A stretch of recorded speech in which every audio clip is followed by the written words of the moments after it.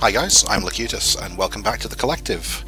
And today we're going to be taking a look at what is rapidly becoming my new favourite game of, well, my favourite 4X game ever, it's fast turning out to be, but easily a contender for Game of the Year so far, Stellaris by Paradox Entertainment. I'm not going to do a full playthrough of this probably because the game is, well, enormous. But we're going to see how we go, and if folks want me to keep making the videos, I will probably oblige. Okay, so let's go to a new game. So yeah, Stellaris is a 4X strategy games. For those not familiar with 4Xs again, if you haven't seen my Master of Orion videos, I go into, I explain them fairly lengthily in there, but on the off chance that you aren't a rabid fan and watch everything I ever produce, I'm going to delete these guys because they're crap.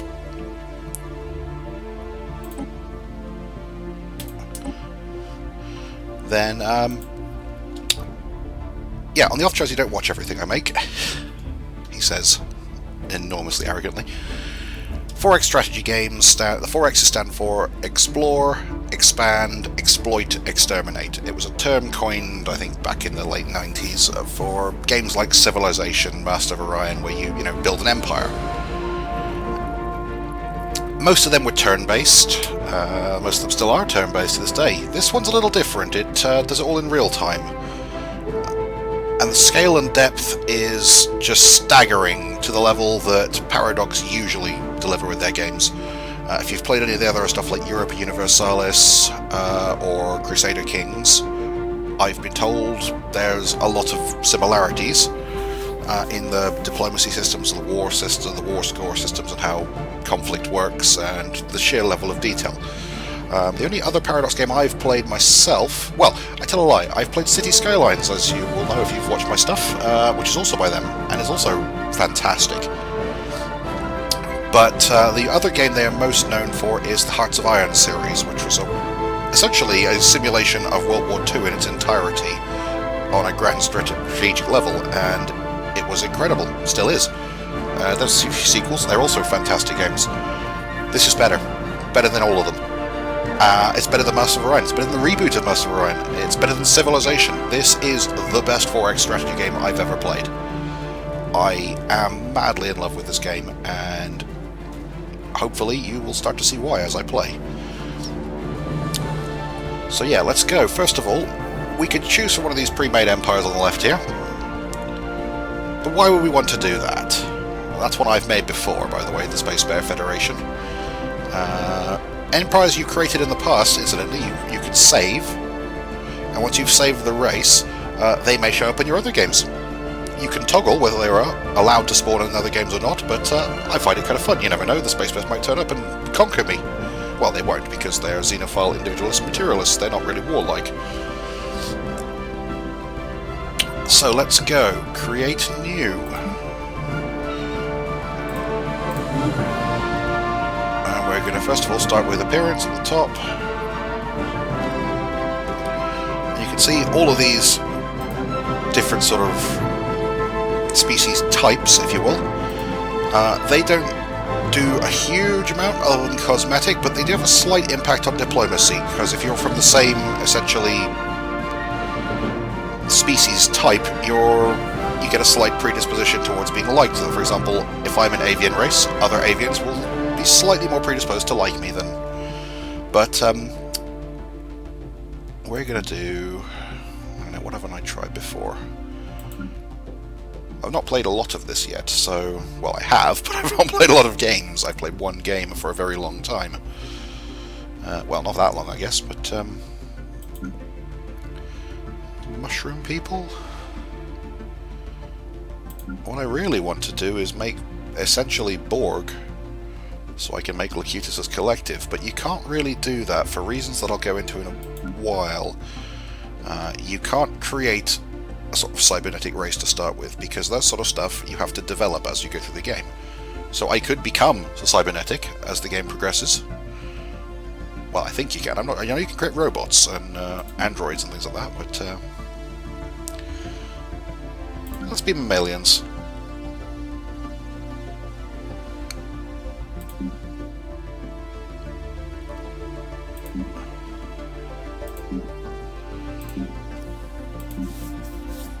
kind of like. Already used them. I kind of like these guys. Let's be these guys. And we will call ourselves...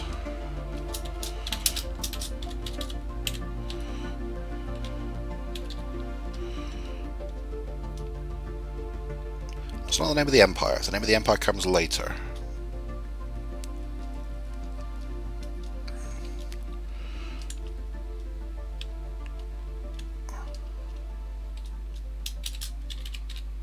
Borg. Yeah, we're going to be called the Borg. We don't look much like it, don't. We're the Dog Borg.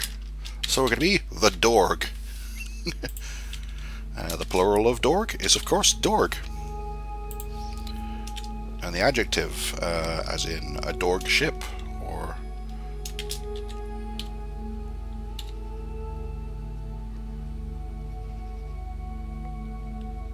Yeah, also Dorg. Ship prefix. There's a whole bunch of different options here. You can rename stuff in the game as you see fit, but... let's go for mammalian ones. What have we got?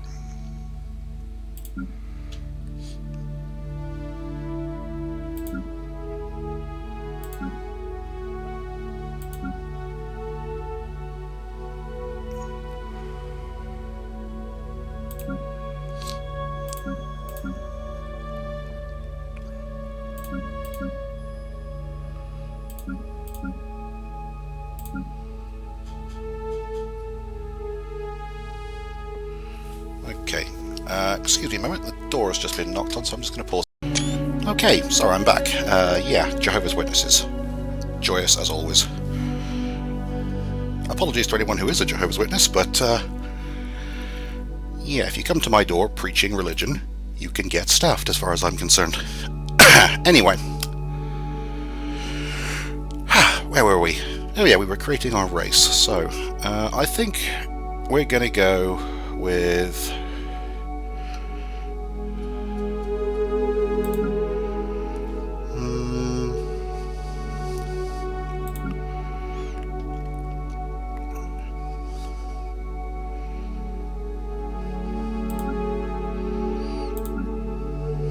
Don't like those.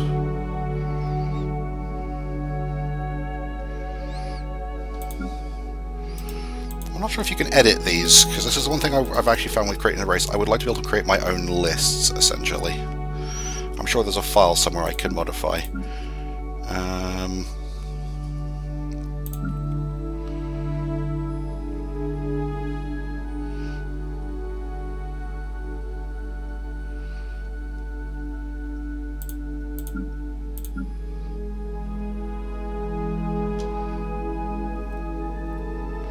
Yeah, that'll do. Miasma, I'm mammalian too. We're probably going to rename a bunch of these anyway, because we can. And we need a ship prefix. Dorg Collective Vessel. That'll do. Traits. Okay, the way traits work in this, when you're creating a new species, is you have essentially 2 points to spend, which is essentially cost. But you have 4 picks, so you can pick 4 of these, as long as they total no more than +2, effectively. So as you can see, some of them are negative traits, which will give me an extra point, but, well, non-adaptive. That doesn't sound very Borgish to me, so we're not going with that one. Adaptive. I'm going to take slow breeders, because Borg don't really breed.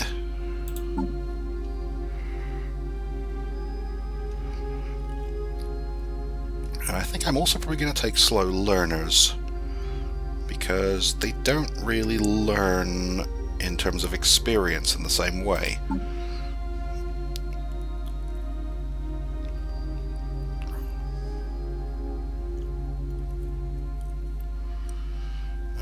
I am going to take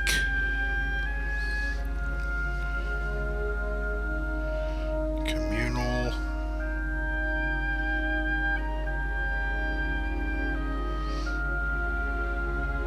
I'm going to take conformists. and I'm going to take adaptive. And that is the Dorg Collective's traits. Will be a male one of the species. I don't think it makes much difference other than to the... And we will start out with our starting leader's name as Locutus. Now, that will change, because leaders in this have a lifespan, and they will die off. So, we don't have any type of hair type for that thing. Color variants. Oh, let's be a darker furred one. I don't know, for Locutus we should be as white as possible, I guess. Really, really pale. Clothes. Yep, that'll do.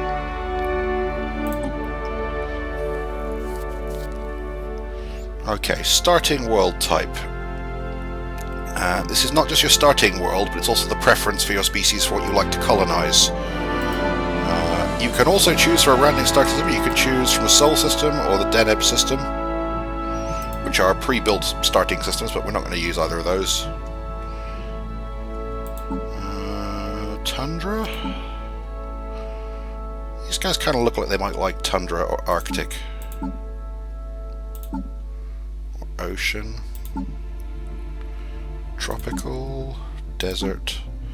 Arid.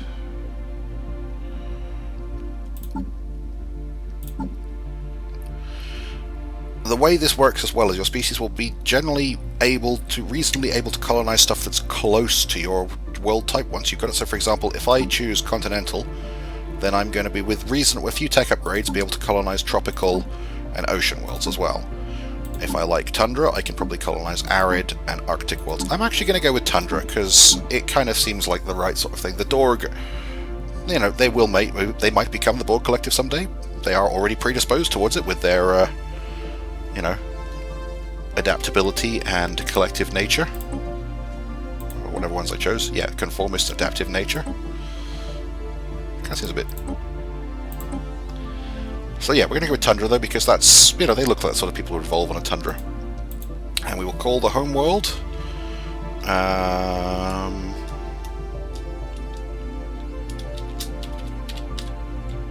Dorgal.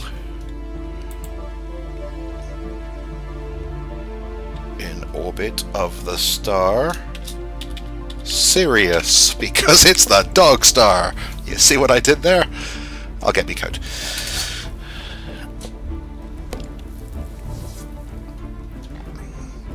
Okay. City appearance, mammalian city. I kind of think we want to choose one of these other ones because they look cool. I think the reptilian city looks kind of cool.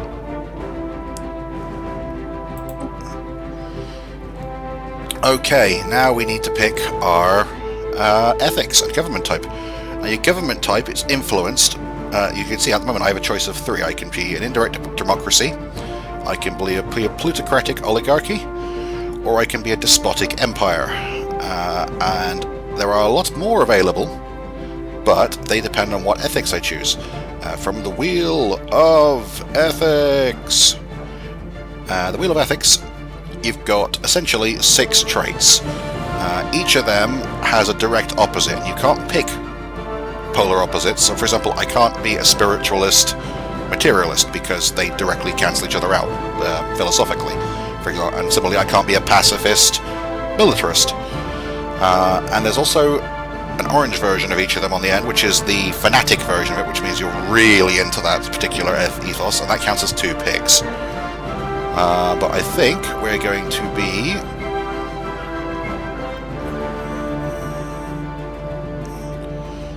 we are going to be a fanatic collectivist, because obviously we are a fanatic collective. And I think we are probably going to be...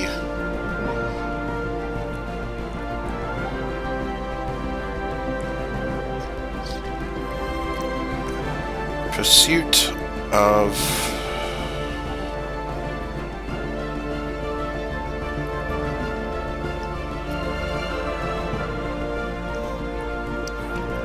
yeah, the purpose of the individual is simple: strengthen the collective. That sounds very Borg to me. materialist. As we reach for the stars, we must put away childish things, gods, spirits, etc., etc.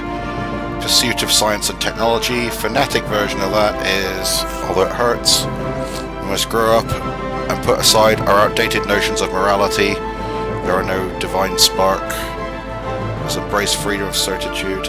Now at the moment, with a fanatic collectivist attitude, the only option I have is a despotic empire.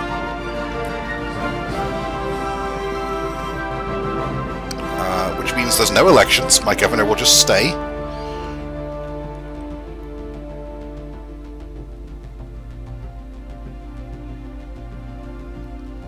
I'm leaning between materialist and militarist. The only true virtues are courage and discipline.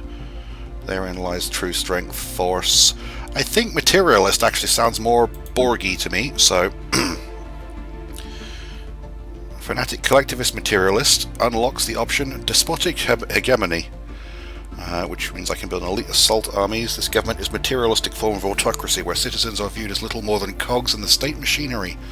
Efficiency and technological progress are valued above all. Oh, that sounds very Borg. Government relatively poor.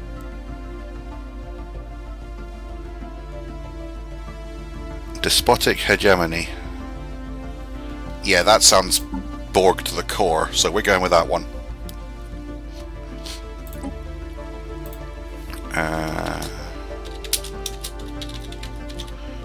Name, the collective.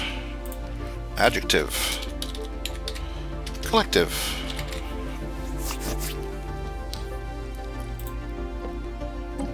And we choose our flag. Red and black I kinda like, but I think we're going to go with green for primary colour.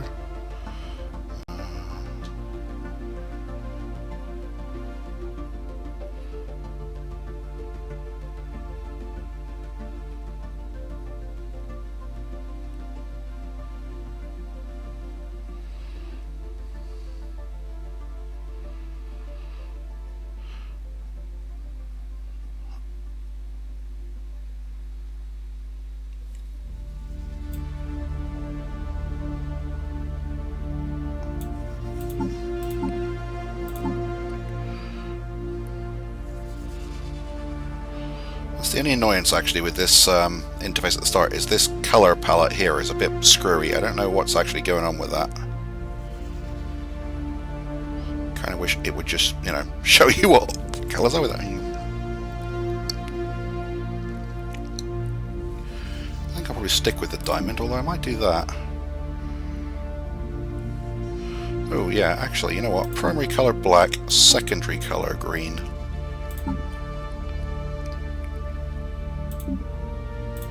Yeah, I think I'll let that.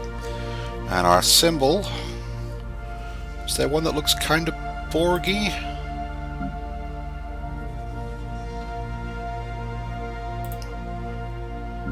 mean, there isn't going to be an exact... Oh, that's not far off, though. I suppose if it was the other way up and... Pirate... Ornate...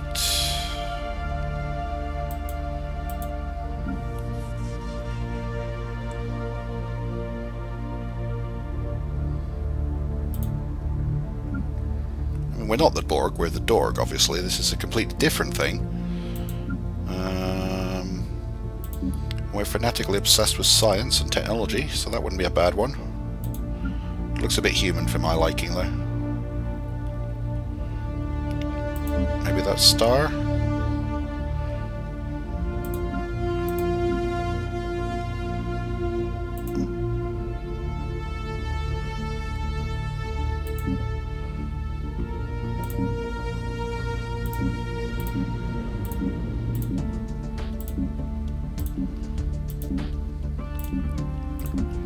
Kind of like that.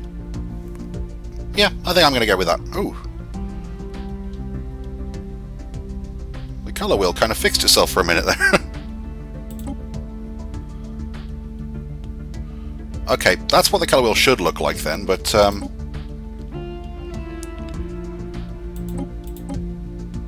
Anyway, that's the flag we're going to go with. We're not going to change the city type. Yeah, let's go back to flag. Now we get to choose a few more things. The starting weapons we can choose from projectile weapons, missile weapons, and energy weapons. I'm going to go with energy weapons. because I just like them. And then we can choose warp travel, hyperspace travel, or wormhole travel for our FTL method. You can also choose when you set the game up which of these travel types is available, but we're going to go with warp travel because it's more straightforward. I haven't really tried the other two yet. Warp travel, your ships charge up and then they just fly direct between stars. Hyperspace is a lot faster, but they have to follow preset hyperspace routes. Wormhole travel is even faster, and you don't actually need drives on the ships because it's all done through stations, but you have to essentially build wormhole stations that generate the wormholes. Essentially, you've basically got Star Trek, Star Wars, or kind of Stargate, I guess. I guess Stargate's kind of both of those, and then wormhole travel is kind of how wormholes sort of work, I guess, in Farscape, where you have the technology to create the wormholes and the ships can go straight through them. Potentially I can see wormhole travel being very powerful but tricky to use right. Warp travel is the most straightforward because your ships just, they fly faster than light when they want to. They can go between any systems they have the range to. So we're going to stick with that one. And ship appearance, I think we're going to go with... I kind of like the look of those arthropoid ships, actually.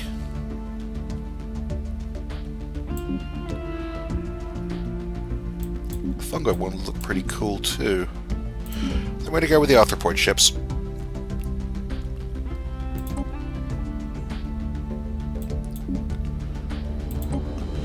So yeah, there we are. The Collective. From the homeworld of Dorgal, with the species the Dorg. So let's save that.